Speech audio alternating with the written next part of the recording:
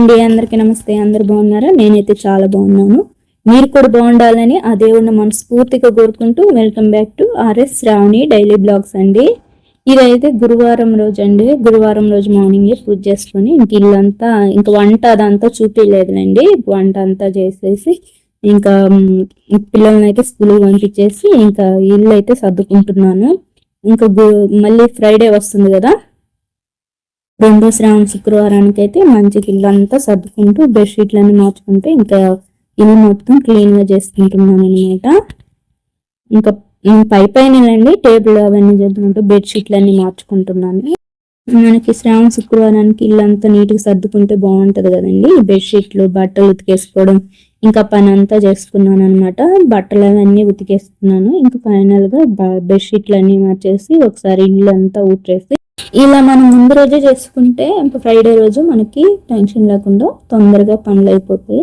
హడావడి ఏమి ఉండదు కదా. సో మనం ప్రశాంతంగా అయితే పూజ అయితే చేసుకోవచ్చు అనమాట. నిదానంగా పూజ చేసుకోవచ్చు. ఈ పనులన్నీ ఉన్నాయనుకోండి లేట్ అయిపోతా ఉంటది. ఇంకా టెన్షన్ ఉంటది.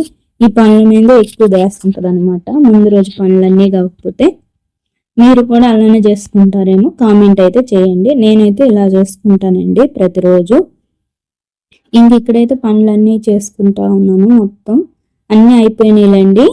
ఇంకా మొత్తం అంట్లన్నీ సర్దేస్తున్నాను అనమాట. బాసనలన్నీ కడిగి పెట్టేసి ఉంటే ఇంకా అవన్నీ సర్దుకొని మళ్ళీ ఇంకా ఉన్నాయన్నమాట బాసనలు. అవన్నీ కడిగేసి మొత్తం పెట్టేసి మొత్తం గ్యాస్ గంట అంతా క్లీన్ చేసేసి ఇంకా పూలకైతే పోదాం అనుకున్నా. నెక్స్ట్ ఫ్రైడేకి అయితే పూలు లేవండి.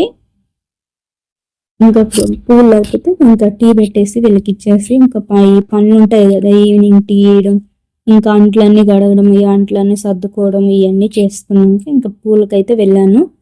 పూలు ఏం లేవండి, భలే రేట్లు ఉన్నాయి మార్కెట్లో అయితే. ఎక్కువ శ్రావణ మాసానికి ఏమో రేట్లు బాగా పెంచేశారు.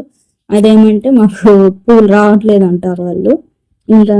ఇంకా ఎట్టకట్ట కదండి. ఇప్పుడైతే మనకు పూలు అయితే కావాలి. పూలు లేకుండా పూజ అయితే చేయలేం కదా, అంత బాగుండదు. చాలా రేట్లు ఉన్నాయి. పూలు కూడా ఎక్కువ లేవులేండి, కొంచెమే ఉన్నాయి. ఆ రోజు ఎక్కువ మంది ఏం పెట్టలేదు, కొద్ది మంది పెట్టున్నారు అనమాట. ఇంకా అందుకనేసి కొంచెం తీసుకొని అయితే వచ్చాను. చాలా అదే రేట్లు ఎక్కువ చెప్తుంటే చూస్తున్నాను అనమాట. ఇంక ఇక్కడైతే దోశ పిండి అదంతా వేసి పెట్టున్నా. దోశ, ఇడ్లీకి అన్నిటికీ ఒకేసారి వేసాను అనమాట. నానబెట్టేసాను. ఇంకా వేసి మార్నింగ్ టిఫిన్కి అయితే టెన్షన్ లేకుండా ఉంటుంది కదా.